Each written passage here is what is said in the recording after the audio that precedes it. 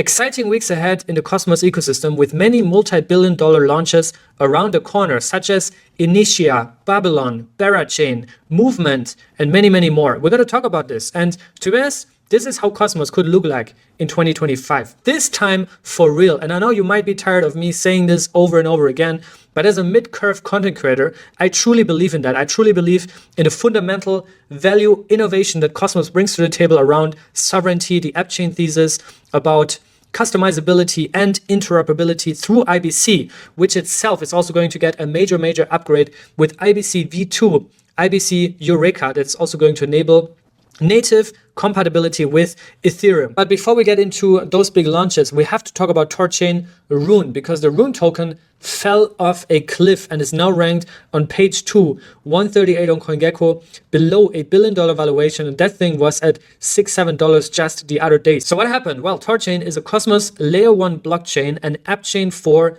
native swaps. You can swap native assets such as Bitcoin, Ethereum, Atom, Doge, and many more. We talked about when the Atom walls went live around 2 years ago. We did a stream also with the team, and around this basic functionality, which is swapping native assets, which is working totally fine even now, they then added other products around it, one of which was a lending and borrowing protocol.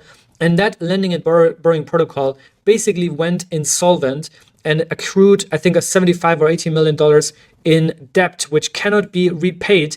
And that tanked the RUNE price, because RUNE also has this reflexive mechanism in which the lending protocol is also tied to RUNE tokenomics, and new RUNE are being minted.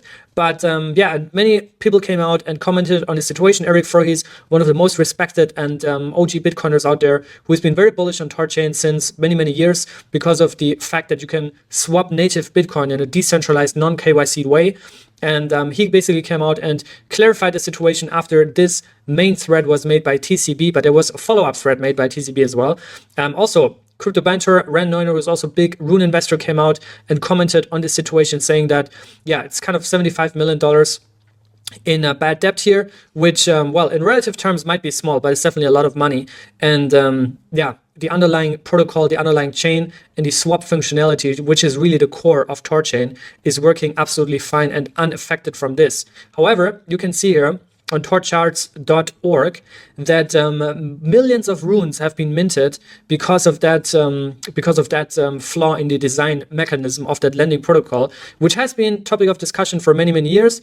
In fact, a lot of people have also pointed out that this is posing systemic risk to THORChain, so they wanted to get rid of it anyways. But well, now it got rid of itself, and TCB, who actually made the original thread, also then came out and said, well, now that THORChain got rid of leverage, he bought a huge RUNE back. Whether or not that is his actual order or just a screenshot, I mean, everybody can just put screenshots on Twitter nowadays, but yeah, if he bought $1.1 million worth of RUNE at the $2 mark, so that might be now the generational opportunity to buy RUNE. In fact, I also bought a small bag of RUNE, not anywhere close to those dimensions, but I also bought some RUNE at around $2.20, $2.30.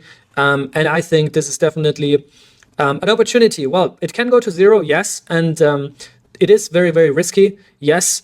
And there has to be some changes for THORChain. I also don't know how the step is going to get repaid. I have not gone deep down this rabbit hole, but let me know if you have thoughts on this, if you were affected from this massive dump on THORChain, and what your views are on how THORChain can come back from this, or what changes need to happen. Because also remember that part of their big strategy for this year has not only been to become an IBC hub, but also to build out this app layer, this application layer, with the acquisition of Kujira and many more products that were supposed to go onto the application layer, all built on Cosmos. Looking at the rest of the prices, everything is down today as well, and still on very low levels. We see TIA below $4.50, Say below 34 cents, dYdX 114, Akash AKT below $3, Osmo 41 cents, which is crazy, Saga 117, and it goes on and on and on. Huge discounts, one might think. I'm sure it can drop further. One of the big winners has actually been Juno. I saw also Dimi tweeting about presenting a new roadmap and trying to reestablish Juno, but we'll see what is going on there. Definitely something to keep an eye on. But yeah, other than that, everything is down bad on very low levels, and nothing much is happening because, like I say, Cosmos is a very mid-curve ecosystem. It's very technical, very fundamental, and very pure in that sense. But right now, it's not part of the broader conversation. What is part of the broader conversation is, of course, Bitcoin, BTC flows, now that Trump is in office, and meme coins as well as AI agents. But Bitcoin hovering at around 106K, made new all-time highs just a few days ago, and flows look really nice. So we have seen billions in inflows since January 15th. On the 24th, we've seen 517 million in net inflows on that single day alone. So that's definitely good to see. Looking at the Ethereum spot ETF, we see also inflows, but nowhere near the levels of Bitcoin. But nonetheless, good to see green there. Trump also said that the US will be the world capital of AI and crypto. So they're actually serious about it. Also, he already signed a couple of executive orders in context of crypto, one of which also the release and the pardoning of Russ Ulbricht. We talked about this. And also, the US published this executive order, which is supposed to strengthen American leadership in digital financial technology. And that also, of course, includes cryptocurrencies, blockchain, which is kind of under the umbrella of digital currencies. So they're definitely serious about this. And the TLDR for this executive order is basically that they want to protect the right to write and deploy software, which is also basically reversing the ruling from a couple of months ago on this tornado cash situation. So that's bullish also for the privacy sector. Promoting stablecoins, which is bullish for liquidity inflows and stability overall. And Operation Choke Point 2.0, which has been very, very bad for the institutional game and onboarding rails. Regulatory clarity, which is going to bring a lot of business back to the US, and central bank digital currencies, which is probably the most important one here on that list on a broader long-term perspective, because CBDCs would really be cancer to our privacy and sovereignty as an individual. And David Sachs, who is the crypto czar and AI czar for Donald Trump, was also in the room when Trump signed this executive order. And yeah, Trump also told him like the US is going to make a lot of money, and David Sachs as well. And David is also bullish on meme coins and NFTs, saying that there are collectibles. And I personally also think that NFTs, metaverse, gaming, all these social and cultural layers of crypto that are beyond meme coins are going to have a major comeback. So right now it's very, very cold, that whole vertical, but I believe that sooner or later they will have a huge comeback, right? And in terms of NFTs, we have a lot in Cosmos. We have Bad Kids, Celestine Sloth, we have After the Filter, we now have Onchain OMies by Mantra, we also have Mammoths now, which is the native collection of Celestia, and they already teased multiple times the Mammoth emoji in context of Abstract's launch, and Abstract is also one of the most hyped launches in crypto, to be honest, and maybe there will be an airdrop. I think it's at least very likely that there will be an airdrop or some sort of whitelist for Abstract, and maybe also Movement, Initia, Astria, Eclipse, all those major rollups on Celestia, that they would give out airdrops to the Mammoth community and hopefully also for the Sloth community, and maybe also TI stakers. That would be great.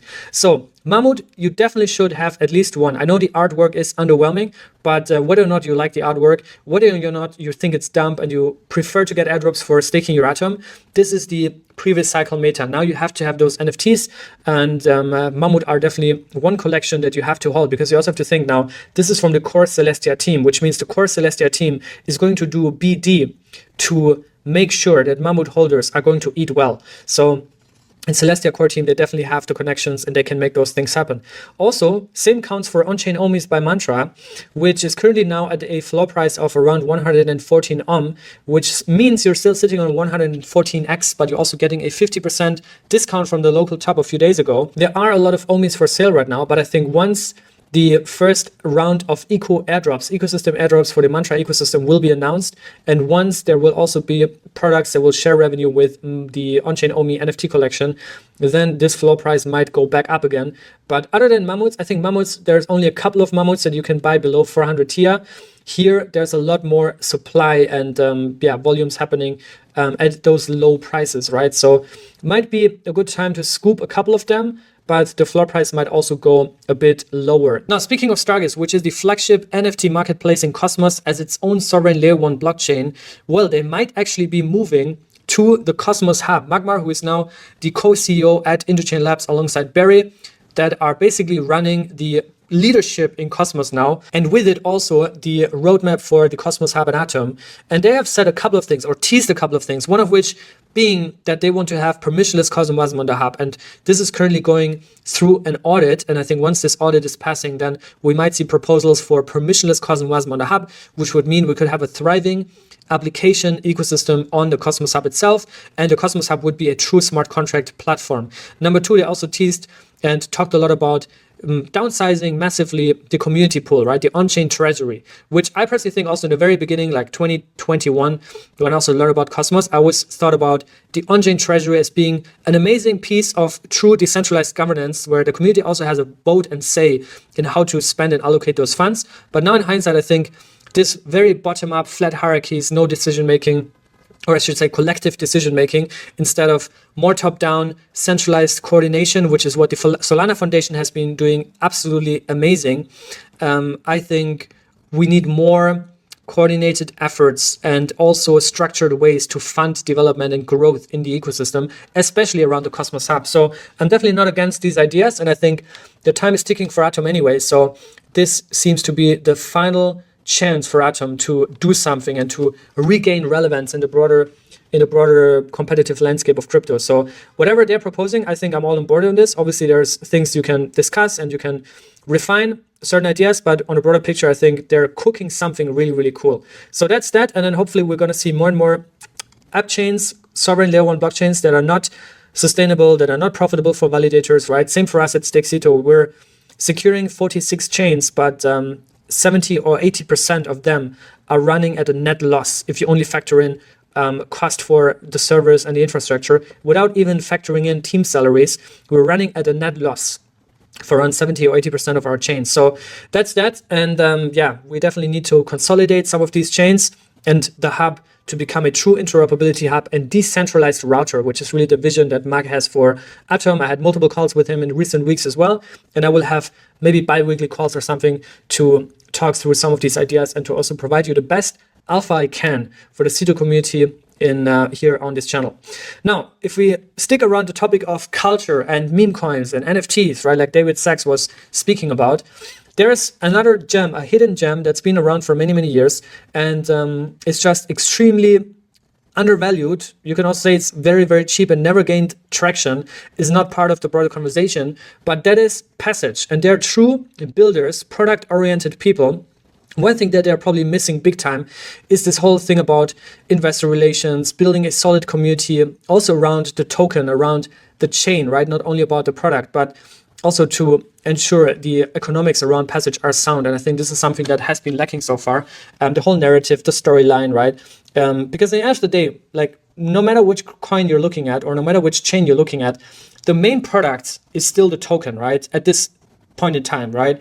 I think Pasage is very, very focused on building an actual product that has demand, that is a non-financial use case in the same way Akash is a non-financial use case, but a super cloud, a decentralized cloud provider, Jackal for decentralized storage, right? Those are real products that are disrupting the Web 2 economy, but there also needs to be traction, sound economics around the token, and also people to be bullish about the token, right? Otherwise, it doesn't really help. The same counts for the Omniflix team. I'm very, very bullish on what Omniflix is doing, their integrity, their level of commitment, conviction, and building that they're doing. So both Pasage and Omniflix are in this creative IP, decentralized media, social, metaverse kind of bucket and narrative that I think eventually they will have their time, right? And right now they're just extremely, extremely cheap. Now, quick round of news before we talk about upcoming launches. Mantra just announced that Ledger is now running a validator on Mantra chain, which is good to see. With Stakecito, we're also going to be part of the Mantra set once they're extending the set. So we're also excited for that. And once the airdrop comes March 18th, we look forward to receive delegations. Hopefully by then we're going to be there. And we're very grateful and thankful for all of you guys that are delegating and staking with Stakecito.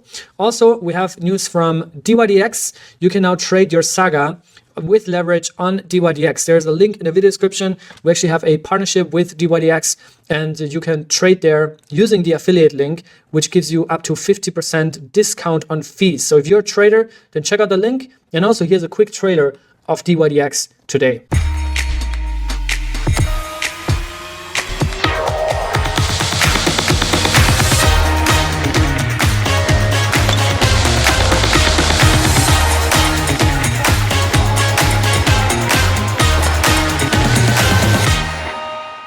Now, February is going to be a very, very big month. We have a couple of mainnet launches. Number one, Movement. They have their phased rollout to mainnet, the third phase being Move Drop, which hopefully also includes Celestine slot holders, hopefully also TR stakers, and also Mammoth holders. So Move Drop is coming, hopefully in February, so that's just a couple of weeks away. And also Move is getting listed on Kraken, which is my exchange, like primary exchange, centralized exchange that I use also as an on and off ramp, that I also use with all my businesses. We are Kraken members, and I've been using it pretty much since I got into crypto. It's the best on and off ramp globally. Then we also have news from Berachain. Smokey the Bera saying days, we're days away, and Berachain has over $2.17 billion in funds deposited in liquidity for the fake chain, like Smokey's saying, and those are pre-deposit vaults. So the chain is not even there yet, and we're going to see how that will increase once the chain is fully live, and they will have also incentives around it and a lot of these applications launching. So definitely a big win, and one of the most highly anticipated launches for this year.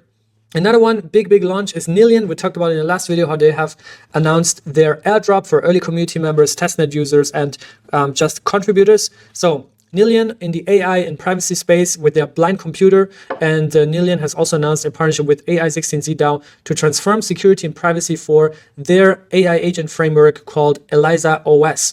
Nillion also has their own layer 1 blockchain that is going live in February with Stakecito. We're also a Genesis validator, which also counts for the other chains like Berachain, Babylon as well. We're going to be there, and more chains that are launching. Allora is another Cosmos SDK blockchain that is launching very soon. It's also in the AI field, and they have announced an integration with Cerebro, an AI agent platform as well. And Allora, I think, is more in the institutional kind of side of things. They also got integrated or mentioned by Grayscale a couple of weeks ago. And in fact, we have a script ready to record a full-on deep dive on Allora in a couple of weeks. So stay tuned for that. Same is coming also for Movement, Berachain, and Initia. And speaking of Initia, they're also very close to launching their mainnet. Remember that you could freeze your Jenny. And yeah, this is going to be the final week of the freeze. So mainnet is very close. Hopefully also an airdrop for the sloth community or mammoths or TI stakers, right? We'll see. But good times are ahead of us. I think right now it's definitely not Cosmos season. It's definitely right now Solana season. It's meme coin season and AI agents and all these political coins like Trump and Melania. But I think those, at least many of them, are more short term, and Cosmos is a very long term, like I said, mid-curve, fundamental, purist ecosystem and narrative. And I really bet on that. I might be wrong, but I think it makes sense for you to at least be aware of the things that are happening in Cosmos and then take your own research from here. And finally, if you are a Cito Plus member, tomorrow we have an AMA coming up at 5 p.m. Dubai time in our Discord group. So make sure to make some time for that. And I have a special guest, a very special guest that I know you guys will love. So don't miss that live AMA and Discord tomorrow if you're a Cito Plus member. I'll see you there. Until then, stay safe and be good.